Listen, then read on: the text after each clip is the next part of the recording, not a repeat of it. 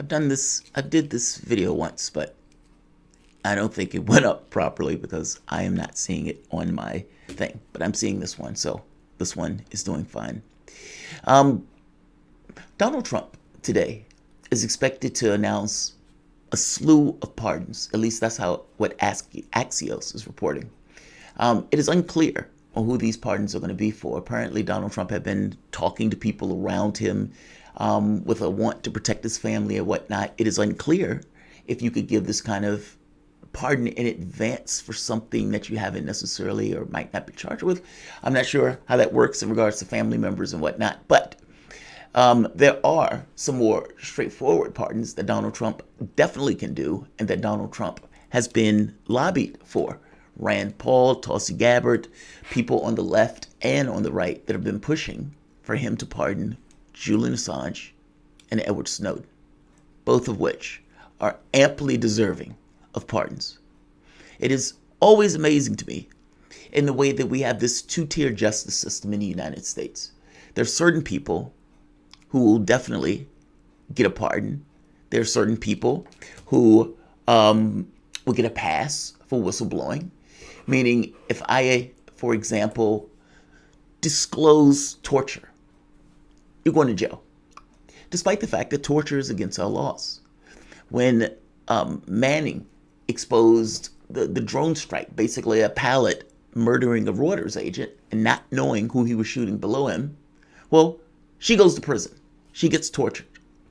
However, if you are exposing some kind of leaks on Trump, fair game. If you want to expose that the president is basically talking behind the scenes to a world leader and you want to expose that conversation, fair game. You'll even have people jump to your aid and protect you in doing so. When Obama was in office and he was using the Espionage Act to throw people under the prison back to back, if I'm not mistaken, he used it more than any other president combined, you didn't hear a peep from Democrats. Nothing at all. Nothing at all. The moment that Trump gets in office and you get a whistleblower saying something, all of a sudden, we must protect the whistleblower. The noble whistleblower must be protected. We can't take the chance of Donald Trump attacking whistleblowers. And you would make the point and say, but wait a minute. Obama was throwing these whistleblowers under the jail left and right. And they would say, well, they didn't whistleblow properly. There was a way to go about whistleblowing, and they didn't do it the right way. They didn't fill out the right requisite forms. However, the person who was whistleblowing against Trump, they did fill out the correct requisite forms. Full of it. Utterly full of it. It is a maddening conversation to talk to people who are tribal and biased in the way that they're engaging this stuff, where the level of hypocrisy just flips on a dime. And that's basically what was taking place. It was those whistleblowers need to be protected. These other ones, not so much. We're okay with our guy putting whistleblowers in prison, but their guy, not so much. I'm saying that's ludicrous. Edward Snowden revealed basically that mass surveillance. The United States had been surveilling the entirety of the public and lying about it. Those functions were supposed to be tilted outward at the world, meaning we were spying and we're supposed to be spying on pretty much everywhere else. Supposed to be is too strong, but you know what I mean. Not internally, though. And that's not what was taking place. Edward Snowden saw it, revealed it. Now, under normal circumstances, from the way that people talk about whistleblowing and from the way that stuff goes about in regards to our values, what he did should have been legal by definition, since what he was exposing was illegal. Understand what I'm saying? The United States government was spying illegally on its population, and it had to take certain actions to not run afoul of those of the illegalities, meaning it had to fix the fact of what it was doing was illegal. Now, the permutation that gets made is the FISA court system, but the FISA system has 99.7% of a rubber stamp, meaning, yes, Snowden revealed illegality. No, the United States did not want to give up that level of illegality and basically made a permutation that is somewhat of a false choice. They call it a court. It's not even a court. That's a bit of a propaganda. There is no defense attorney there. This is entirely just agents spewing. And the fact that they were able to do that to Trump, meaning get him trumped up on the charges and investigate him in that particular way. The fact that they were able to do that to a person that was running for president, anybody's fair game. I'm making the point that Edward Snowden exposed that. And in exposing the fact that there was that mass surveillance, and then you run into the Trump administration where these guys are surveilling Trump in that particular way, well, it makes you think that the FISA system is inadequate for the task. And of course it's inadequate for the task because 99.7% of them are proved. I guess I'm making the point to you that you would have never known. You might have assumed, yes, but you would have never known. The reaction to the American public was somewhat muted, considering. And it shouldn't have been muted. Snowden put his life on the line in order to do that and to reveal that. And he gets stuck in Russia. They basically pulled down the plane of, I think it was the Ecuadorian president, looking for Snowden. He gets stuck in Russia, and they act as if he went there to give Vladimir Putin a bunch of documents. It's bizarre, but it's not bizarre. Because if you look over, just over the last X number of years, let's say 8 or 9 years, you could see that back and forth where Democrats were perfectly fine with putting people in cages, and the moment it's on them, they don't want it. They're perfectly fine with accepting information on whistleblowers as long as it's against Trump, but if it's against anybody else, they don't want it. I'm saying that's not the way this needs to work. Either we protect whistleblowers or we don't. Fact of the matter is, governments always want to protect themselves of exposing waste, fraud, and abuse. And national security is always an easy way of saying, you don't need to watch this because it's national security. I'd have to shoot you if you see it. But how do I know that you're not avoiding showing the public that because you've been fucking up and corrupt? Well, you don't know. Therein lies the problem. We should know that. From the standpoint of Snowden, how are you going to lock the guy up? How can you not give him a pardon, considering that what he did was expose mass illegality by our federal government? From the standpoint of Julian Assange is not even under our laws. Like, we're talking about an Australian citizen, and we're trying to make the case that basically we can extend our laws beyond our shores to enrapture him, but not our protections. Julian Assange was a publisher. The reason Obama didn't go after Assange because he was concerned that going after Assange basically sets the precedent that any reporter is fair game. Now, any reporter is not fair game because I don't believe for a moment that many of the mainstream media are these adversarial journalists. If so, Assange wouldn't have been necessary. Assange was necessary because the thing of truth and honesty and showing people what was actually behind the scenes as opposed to the nonsense that media puts out there. No, that's why he was necessary. The Todds of the world, the Tappers of the world are perfectly and will be perfectly safe. Rachel Maddow actually even did a story on this, making the point, hey, these guys going after Assange, whether you like them or not, this is going to make all of us in jeopardy if we're trying to disclose something. So, if Rachel Maddow tries to disclose tax returns of Donald Trump, does she run afoul of the law? Does Bill Barr, or at the time, take a particular interest in her exposing that, especially if the precedent gets set from going after Assange, making this case, well, that person is a hacker. Maybe that person gave information saying, hey, change the password. Oh, we got you because the person said something. I guess I'm saying that the idea of going after Assange, and if you think about it, publishing flat, fact, true information, usually from the source itself, where you could see it with your own eyes, where you get a clear idea of what the intelligence services are up to, what your foreign leaders are up to, what these people are saying behind the scenes. The Clinton leaks, for example. If you look at the Clinton Foundation and what they were doing behind the scenes in regards to the slush money that was going around, even the Trump and Russia stuff. I mean, Julian Assange gave us an amazing view of our world. And it's one that we wouldn't have been able to get without him. He's a publisher. Publishers are allowed to publish information. Daniel Ellsberg gets an example. The Pentagon Papers. Well, he was going to be prosecuted. They were going after him. Mike Gravel, you guys know who Mike Gravel is. He ran in the presidential election. He's older guy, very badass. Goes out and reads it on the floor, which basically lets off the pressure of Daniel Ellsberg. It was phenomenal. I guess I'm making the point that whistleblowers, when they've exposed things that are important, that are vital, that are necessary for the public to actually know, that's when they become in the crosshairs. Meaning it's not all whistleblowers.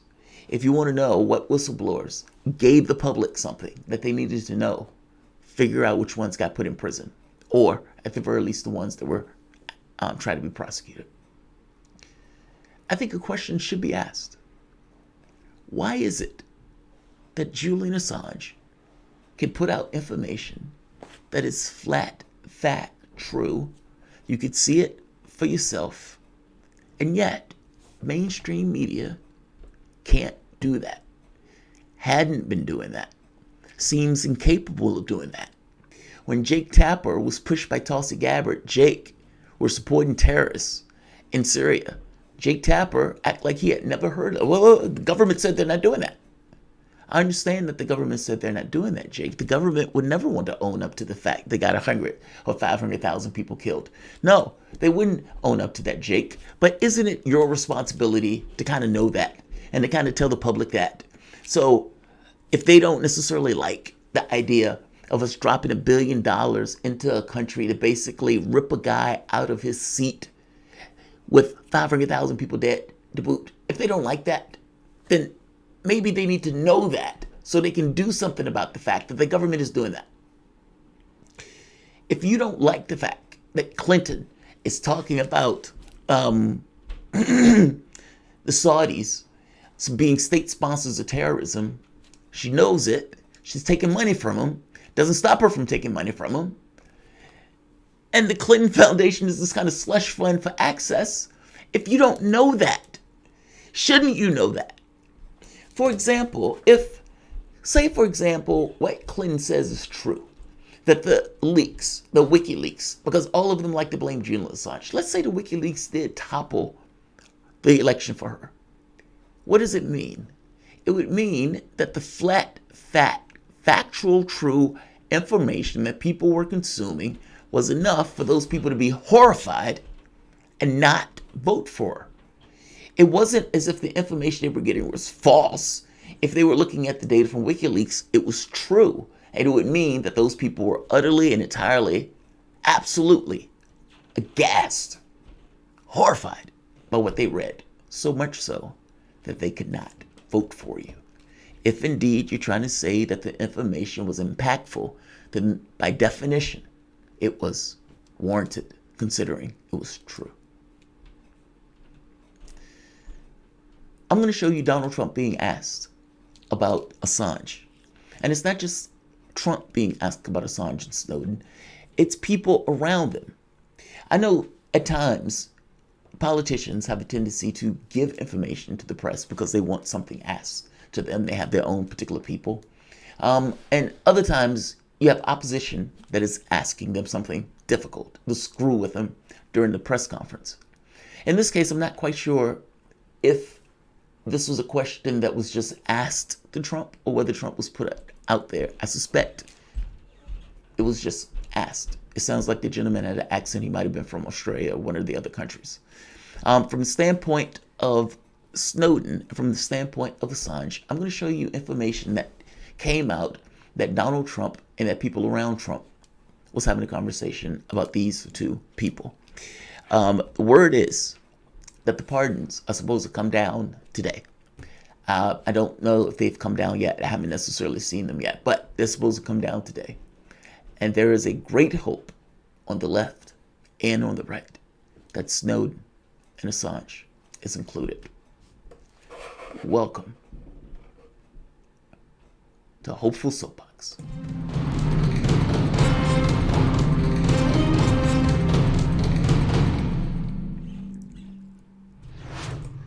My name is Jamarl Thomas. This is the Progressive Soapbox. Guys, if you dig this content, please like, share, and subscribe. You can always support this content through PayPal or Patreon. This content is brought to you by you, and I appreciate you the opportunity for allowing me to do it.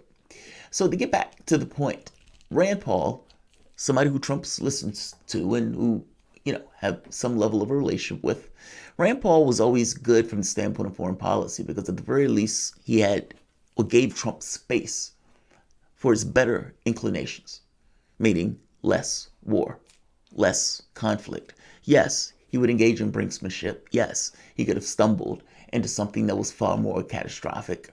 But by the same token, for the most part, he was far less hawkish than many of the other presidents out there. Again, Obama killed 500,000 people. The president before Obama killed 1 million. Obama, 1 million. Trump, how many ever tens of thousands? It wasn't from the standpoint of starting a new war. So Rand Paul basically came out with an article in the Federalist calling for Trump to pardon Snowden. You also had this exchange take place. Reporter asking him also to pardon Snowden. Please. Go ahead. Do you want to give Edward Snowden a pardon and bring him back? You once suggested that. Well, I'm going to look at it. I mean, I'm not that aware of the Snowden situation, but I'm going to start looking at it. There are many, many people. It seems to be a split decision. There many people think that he should be somehow treated differently, and other people think he did very bad things. And I'm going to take a very good look at it. Okay? I mean, I've seen people that are very conservative and very liberal, and they agree on the same issue. They agree both ways. I'm going to take a look at that. If you care about civil liberties, if you want to stick your thumb in the eye of the intelligence services, the FBI, the CIA, all of these organizations that went after you, leaking information about you, this would definitely be the way to do it. Right in the eye. And again, from the standpoint of what he did, Edward Snowden exposed an illegal operation that was taking place by the U.S. government, a crime on its citizens. That's what he exposed. So how are you going to put the man in prison for exposing something wrong that the country was doing? By definition, almost, he should be protected. And I know that's not the way it works. I know that even in exposure, people can still be put in prison for it. I'm just making the point that in this very specific case, you have discretion on whether or not you believe that exposing an illegal spying operation on the American citizenry that the government was lying about is adequate defense. I think it is. You also had this exchange with Rudy Giuliani talking about Assange. It's a First Amendment issue, right? It isn't a stolen property. I mean, it is stolen property, but it has a different nature when it's information. So let's take the Pentagon Papers. The Pentagon Papers were stolen property, weren't they? They were stolen from the Pentagon. About Given the to war. the New York Times and the Washington Post. Nobody went to jail in the New York Times and the Washington Post. We've had revelations during the Bush administration. Abu Ghraib prison. Abu Ghraib. All that is stolen property. It's taken from the government against the law. Once it gets to a media publication, they can publish it. They can publish it for the purpose of informing people. Well, you can't put Assange in a different position than that. He was a guy that communicated. We may not like what he communicates, but he was a media facility. He was putting that information out. Every newspaper station grabbed it and published it. It's a First Amendment. Think about what he just said.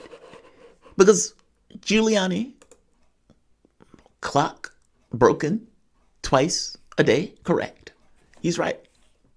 How are you going to put Assange in a different category than you would put any other publisher? Especially since all of those other publishers used his work. The Guardian, Washington Post, New York Times. I mean, you must understand, Wikileaks was exposing massive corruption. It was exposing all of this behind the scenes action that was taking place in the way that these governments would function, even in the stuff that the CIA was doing and the tools that eventually got loose. I am making the point to you that what he was exposing was monumental, world monumental. And all of the media organizations used this work, despite the fact that those media organizations, who basically were Clinton lackeys, turned on him, despite the fact they were using his work after 2016. I mean, Giuliani is right. Now, the catch becomes, is Giuliani saying this in order to create space for Trump to do this? Meaning, is this a conversation that Giuliani has ever had with Donald Trump? Is this something that they've talked about and discussed, where he would feel perfectly free and kind of coming out and making this very specific argument? He's basically saying, whatever, you may not like Assange, but he is just a publisher. He's no different than any other publisher. And the moment that the publisher gets his hands on it for public consumption, especially if it's pertinent to public interests, they're perfectly legal, perfectly permitted to do exactly that. And again, I still say you have the sticking point that he is an Australian citizen that you basically tried to get shanghaied back to the United States. I mean, keep in mind, this was this kind of weird sex charge that the government, I think the Swedish government, was going to get rid of. And you find out behind the scenes later that the U.S. and Britain was trying to keep that charge. They basically wanted that charge because they was looking for a legitimate reason to maintain the pressure on Assange in the embassy. Because what happens if you get rid of this charge in Sweden? Well, the only charge you have is basically a skipping arrest. And the skipping arrest was because he believed that you were going after him, and he ended up being absolutely flat fact correct. Once Sweden got rid of the charge, and once you saw the desperation that they were trying to keep that charge on, well, at that point it's like, so wait, are you telling me that the only charge is a bail charge? They would say yes. And you would ask them, well, wait a minute, is there something lurking behind that? Is the United States working behind the scenes to get their hands on him? And then if the answer is yes, it is like, so wait, the charge in Sweden was probably also with the goal of getting him and shanghaiing him back to the United States. Basically, a rendition in this kind of quasi-legal way. And by quasi-legal, I mean perfectly legal, but governments making the determination, subjectivity of the rule set in regards to, yes, we're going to go after him. I don't give a shit that he's a publisher. We're still going to go after him. So, yeah, I don't know what this was about from the standpoint of Giuliani. He may just feel this way, or he may just say this is just flat fact true. Whether this has any cadence or any kind of impact on Donald Trump, I don't know. Again, this is something we're waiting for today. Julian Assange has another person who's in his corner. Edward Snowden himself.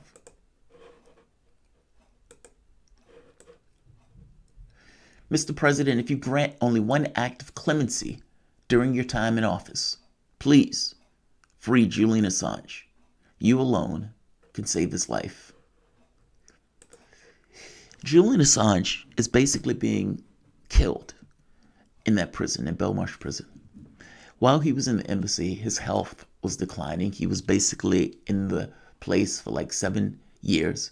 People were spying on him. They had cameras basically all over the place. The place was bugged. They were spying on his ability to look at his lawyers, even in communications.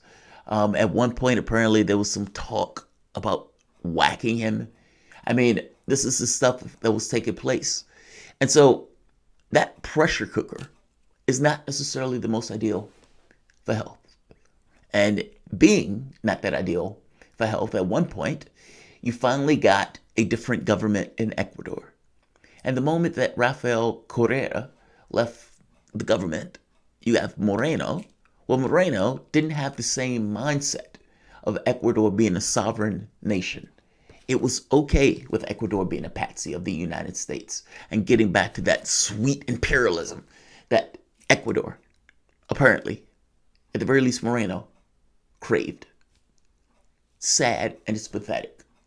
Correa had a very clear understanding of Ecuador as being a sovereign nation among nations. We, just like any other nation, can give asylum. It is our right to do so. And that is exactly what he did. The moment that the asylum was given, it became difficult from a legal standpoint for them to eliminate the asylum. But that's exactly what they did. Ecuador was given certain privileges, and you even saw the situation where the United States was putting pressure on Ecuador to not back breast milk because the U.S. wanted the language to be changed to something different that would be more in line with the companies that didn't or were competing with breast milk. Meaning he was getting bullied. He was clearly getting bullied.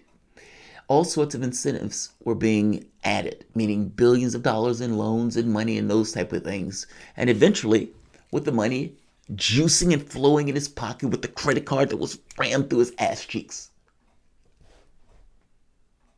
he voids the asylum, voids citizenship, and Assange is summarily dragged out and thrown into the back of a prison van. He has been in Belmarsh prison as a political prisoner, literally. And basically, experientially, the man who told the truth is the man that this world, the West, put in prison. If that is not a commentary on our world, I don't know what is. Like, share, and subscribe.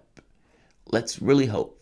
I mean, honestly, you have no idea how much I hope that Rand Paul and, some of these other Republicans, I know there's some of these hardcore right-wingers, libertarians, that are absolutely in this camp of pardoning Assange and Snowden. And so I hope it's impactful. I hope it's impactful. Like, share, and subscribe. Make sure you guys hit the bell to notification and subscribe, because YouTube has been doing some very weird stuff and has been eliminating subscribers. They eliminated like hundreds of subscribers last month. So definitely make sure you hit the notification bell. Thanks all. I will talk to you guys. It's probably going to be tomorrow.